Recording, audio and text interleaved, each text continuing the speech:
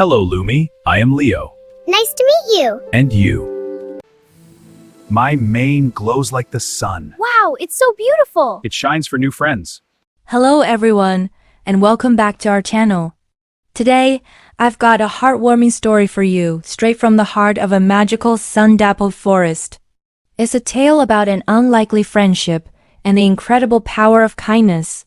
So get comfy, and let's dive into the story of Leo the lion and Lumi the rabbit. In a vast, peaceful forest, where ancient trees whispered secrets to the wind and sparkling streams chattered over smooth stones, lived a magnificent golden lion named Leo. Leo was the king of this forest, and he knew it. His roar could shake the leaves from the tallest oaks, and his powerful stride made the very ground tremble. All the animals admired his strength and majestic presence, but they also feared him. Leo was proud, a bit grumpy, and believed that being strong and loud was all that mattered. He spent his days patrolling his territory, making sure everyone knew who was in charge, often with a thunderous roar that sent smaller creatures scattering for cover. He saw their fear as a sign of respect and thought this was how a king should rule. One sunny afternoon, while Leo was napping under his favorite baobab tree, a tiny, energetic rabbit with fur as white as fresh snow came hopping by. Her name was Lumi. Unlike the other animals, Lumi wasn't easily frightened.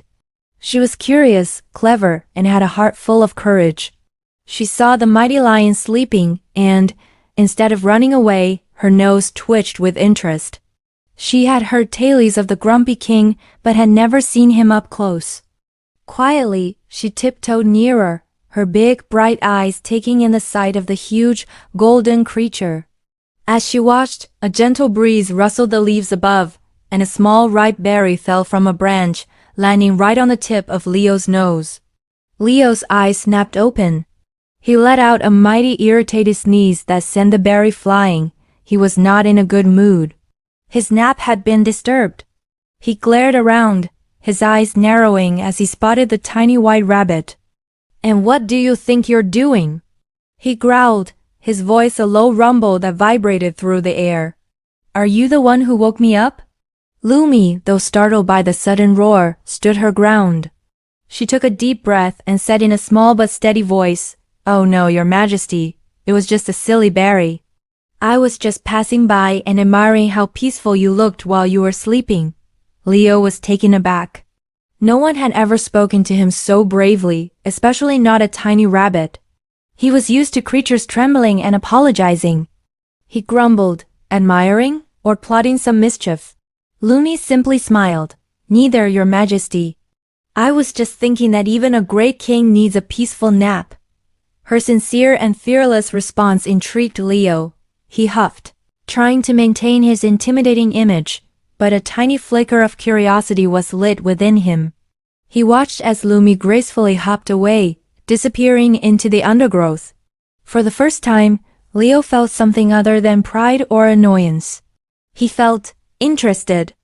The next day, Leo found himself thinking about the little rabbit. He decided to find her. It wasn't hard. Lumi's cheerful chatter could be heard near a patch of sweet clover. She was helping a family of field mice gather seeds that had been scattered by the wind. She wasn't just gathering for them. She was showing them a clever way to use a large leaf as a basket. Leo watched from a distance, hidden behind a thicket of ferns.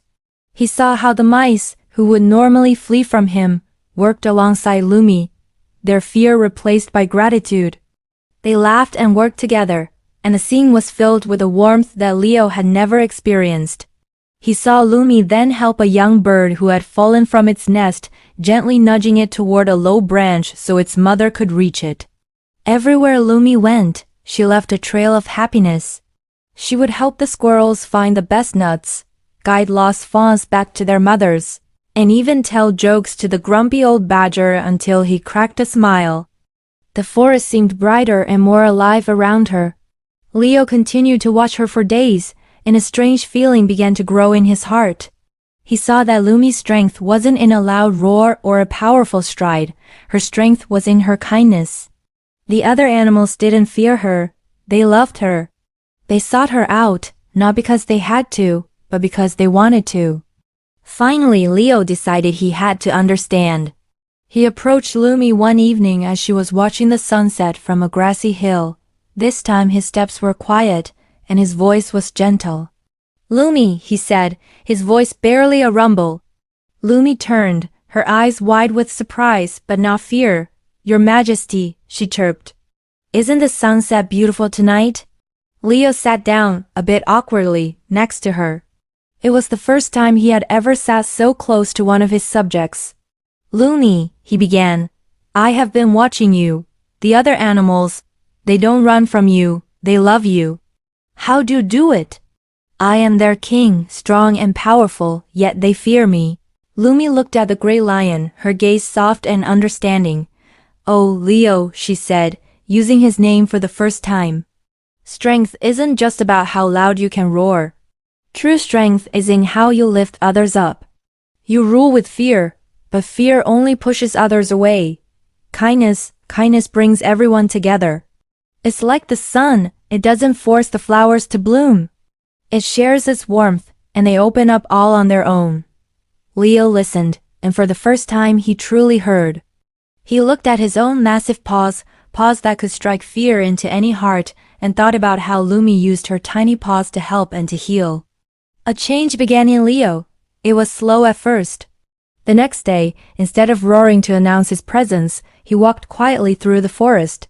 He saw a family of hedgehogs struggling to cross a stream. The old Leo would have ignored them, or perhaps roared for them to get out of his way. But the new Leo, thinking of Lumi's words, he carefully placed a large, flat rock in the middle of the stream, creating a simple bridge for them. The hedgehogs looked up at him in astonishment, then scurried across safely, chattering their thanks. A warm feeling spread through Leo's chest, a feeling far better than the fleeting satisfaction of being feared. He started doing small, kind things every day. He used his great strength to move a fallen log that was blocking the squirrels' path to their winter stores. He used his loud roar not to scare, but to guide a lost bear cub back to its mother. He would even sit quietly and listen to the old tortoise tell his long, slow stories. The animals of the forest were amazed. Their fear of Leo slowly melted away, replaced by respect and affection. They began to greet him with smiles instead of scurrying away.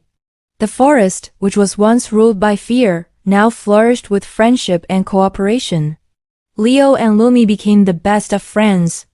The huge golden lion and the tiny white rabbit were often seen together, walking through the forest side by side. Lumi taught Leo that kindness was a language everyone understood, and Leo learned that being a true king wasn't about being the strongest, but about having the biggest heart. He discovered a new kind of power, the power of compassion. His roars became less frequent, and when he did roar, it was a roar of joy that echoed through a happy, thriving kingdom. And so, the great golden lion, once the symbol of fear, became the beloved king of the forest, all thanks to the wisdom of a small, clever rabbit who showed him that a gentle heart is the mightiest force of all. Their story was told for generations, a reminder to everyone that no matter how big or small you are, a little bit of kindness can change the world. Thank you so much for joining me for this story today. I hope it brought a little warmth and a smile to your face. What did you think of Leo's transformation? Let me know in the comments below. If you enjoyed this tale, please give this video a thumbs up and don't forget to subscribe for more stories that warm the heart. Until next time, take care and spread a little kindness wherever you go. Bye for now.